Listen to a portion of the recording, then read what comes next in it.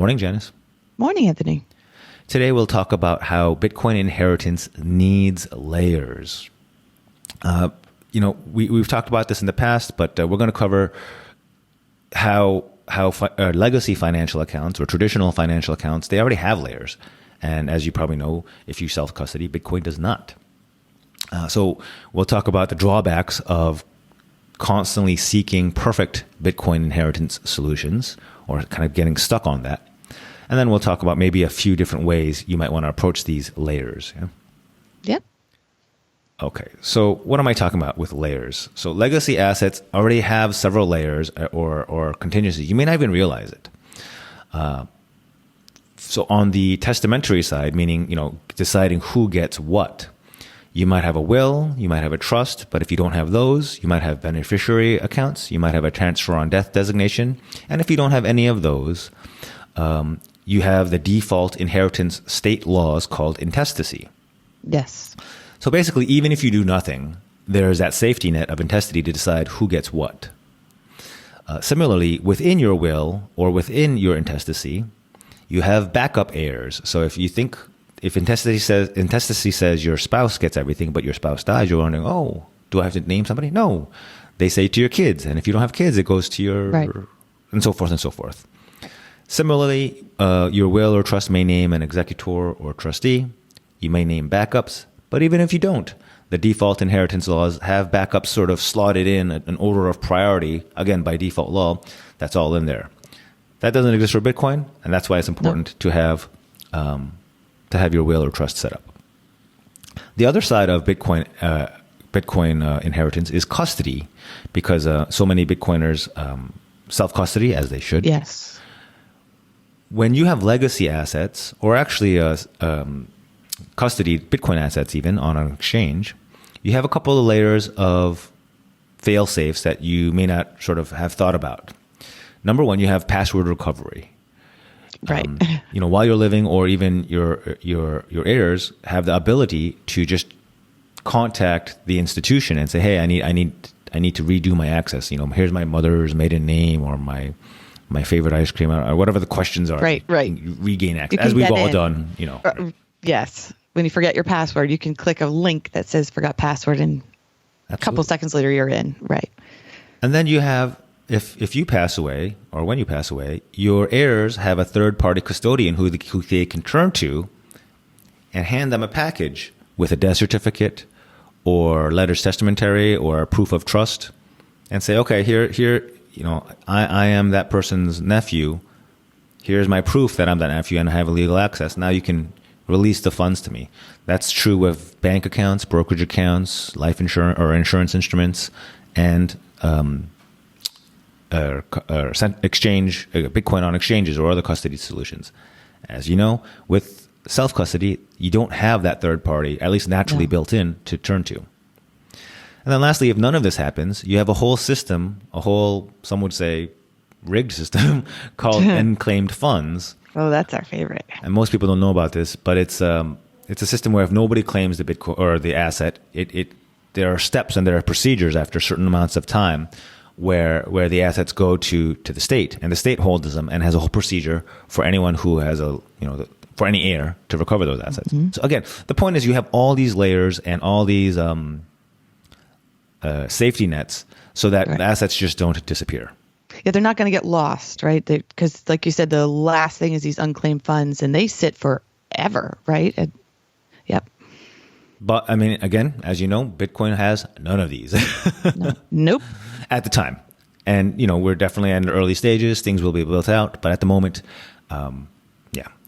So in my discussions and in my, meetings with many, many Bitcoiners, I keep coming across the same frustration that there seems to be this sort of, people seem to get stuck on seeking and waiting for that perfect Bitcoin inheritance solution. It's different for everyone. Somebody who is more privacy oriented has this idea of a perfect solution. Somebody who's more, cybersecurity oriented has this vision of their perfect solution. the thing is, okay, number one, don't wait. Don't Right. if you're still sort of mulling what that perfect solution might be and working on it, don't wait. Put in a satisfactory solution for the time being while you're working on it. Just, because of everything we just talked about, you need that safety net. And this also leads to this other problem where if you work so hard on creating your perfect, quote unquote, I'm going to keep doing air quotes, perfect solution. There seems to be a belief that, okay, cool, I've made my perfect solution. I'm good. And this will work. This will totally work. So I don't need to do anything else. So that might be okay in your traditional estate plan, in your, with your bank and brokerage accounts, because Right. if you're wrong and if the plan doesn't work, you have all these fail safes to make sure that Right. things still transfer to maybe not exactly the area you wanted, or maybe not exactly in the way you wanted, but hopefully close. Right. We don't have that. It's not just going to get lost. Exactly. But since Bitcoin doesn't have any of those fail safes, it's up to you to create your own fail safes. It's up to you to create your own version of unclaimed funds or a third party custodian to help your heirs upon passing. And again, I'm not suggesting that this is the only way to do it, but this may be a layer you should have beneath your perfect plan to have a backup. Again, it may not be ideal. It may not hit all the points of cybersecurity or privacy or what have you, but it's still better than nothing. Right. You need to have that beneath start. your perfect plan. Right. It's to start somewhere, right? And you can build upon it. You can change it. You're not locked in when you create your estate planning. You can change it 100%. as things change. Right. Right. Okay, so how do you go about making your Bitcoin inheritance layers? So first you start with a layer that you are highly confident. And this is where it gets tricky because folks seem to think that their crazy treasure maps are going to work. But let's start with it's a kind of a mental exercise, mental block. But you have to create a layer that you're certain will work, even if you don't love it, even if it relies on a third party and you hate that, or if it exposes a little bit of your KYC and you hate that, or if it's not as cybersecurity sound as you would like, and that really rubs you the wrong way. But even with those drawbacks in your mind, you know it'll work. You're like, okay, there's pretty much no way this will fail. But this is where it gets tricky because folks seem to think that about their crazy plans. I don't know how to solve that psychological issue. So then once you have that in place, once you have that dummy-proof plan, right? And it can't be an inheritance letter to somebody who has no idea how Bitcoin works. I can't stress that. We've talked about that. Yeah. You may be really savvy and know what you're talking about, but the person you're writing that letter to may have no clue. Yeah. So, but once you have that really, really dumbed down version of a backup plan in place, then add your layer, or maybe even multiple layers that increase your comfort and most likely increase the complexity. But I mean, you need to acknowledge that it will also increase the risk of it not actually working. So the vision is to have your perfect plan of exactly how you want it to go, and at least one layer below that as a backup plan of, well, if that doesn't work, what's going to happen? Right. Yeah. You're creating your own safety net. Yes. Right. I know I'm being very repetitive here, but I'm just trying to hammer this home here. Yeah. So example, if use as your base layer for example, a poor man's multi-sig. So if you have a single sig hardware wallet, maybe we've talked about poor man's multi-sig in the past. Maybe give the seed phrase to your heirs, your wife, and in as her successor heir, your kids, and then a handwritten copy of your seed phrase, your passphrase, to your executors, whether it's your friend or your Bitcoin savvy friend, by the way, as your primary executor, or maybe a service or a professional Bitcoin executor as the successor.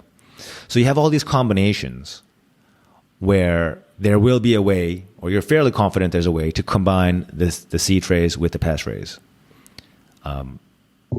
Again, you may not love this for various security or whatever or privacy reasons, but at least you're fairly confident, unless your family is wiped out, which that's a problem in any scenario. Right. That this will work. And then once you have something like that in place, then on top of that, do whatever you want. Right. Create a treasure map. Do an inheritance letter. And if those work, cool. Then it'll never get to the point where you have to use that tech savvy friend and the passphrase. You'll sort of get to that point. Or if you prefer that, if you hope that one day your wife and kids are understand self custody enough that they can do it themselves, then yes, cool. Then you can switch to something else. But until that time comes, you have this backup plan in place. Does that make sense? It does. What I'm hearing you say is that this all is not maybe the perfect plan, but it's going to keep you from losing everything that you've worked so hard to get, right? Yeah. So yeah, I mean, again, and if you're in love with the idea of a letter of instruction, which you talked about, or a family shared Bitcoin wallet, but you kind of acknowledge that they're not ready for that yet, cool. Pursue those paths, but in the meantime, you got to have this backup plan base because there is no default backup plan. And I've said it like 100 times now, so well, it's again, like I said, it's important. You've spent, people that are hardcore into this have spent a lot of time making sure it's secure and they have a lot of money in there. And then you don't want that to just disappear. Because we've talked about that. Where does it go if nobody knows how to get to it? So check out Anthony's book, How Probate Works, available on Amazon. It can definitely be applied to Bitcoin because it's how probate works either way, with or without it. All right. I'm going to play this back and I'm going to realize like how repetitive I was. But I think you're trying to drive home something that's important, right? If it wasn't that important, you wouldn't have said it 25 times. But I'll probably be talking about this point over the next few months to see what kind of feedback I get. My biggest concern is that folks are a bit overconfident in how usable their plans are, or maybe giving too much credit to their heirs when they should be treating their heirs as somebody in a foreign land, as we talked about, who won't get a lot of what's going on top of being stressed and grieving, etc. Correct. All right. Pretend you're giving your information to a kindergartner that has to decipher. I mean, honestly, because some people just simply don't understand. Okay, hopefully this. If I've helped even one Bitcoiner, I'll be happy. Yep, exactly. And then ask questions too. We really like these questions, so that's where all this is coming from. Okay, very good, Janice. Thank you as always. Thank you all. Yes, keep the questions coming, as Janice said, and we hope we're helping and adding at least to the debate and the discussion to help develop develop the solutions to this important problem. All right. Thanks, Janice, as always. Thank you all for listening, and we will talk soon next time. Talk soon. Bye now.